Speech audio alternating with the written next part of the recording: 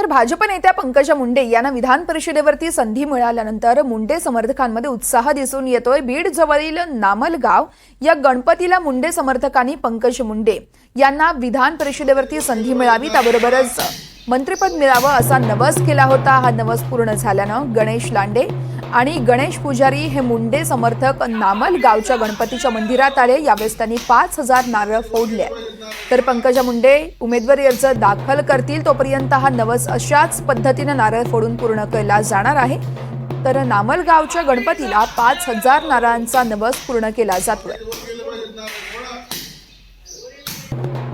गणेश लांडे यांनी ताईसाहेबांची वर्णी लागावी विधान परिषद राजकीय पुनर्वसन व्हावं यासाठी नामलगाव आशापूर गणपतीला 5000 नारळ फोडण्याचा नवस केला होता। त्यांचा मला निरोप आला काल की आपल्या नामलगावचा गणपती पावला।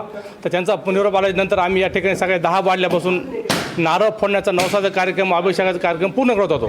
ताई घरून निघाल्यापासून फॉर्म भरेपर्यंत कंटिन्यू नारळ फोडण्याचा कार्यक्रम हा चालू राहणार आहे। जोपर्यंत ताई फॉर्म भरत नाहीत तोपर्यंत कंटिन्यू 5000 लागू 6000 लागू 7 किती जेवढे 1000 नारळ लागतील तेवढे नारळ आम्ही कंटिन्यू ताई फॉर्म भरेपर्यंत या ठिकाणी फोडणार आहोत।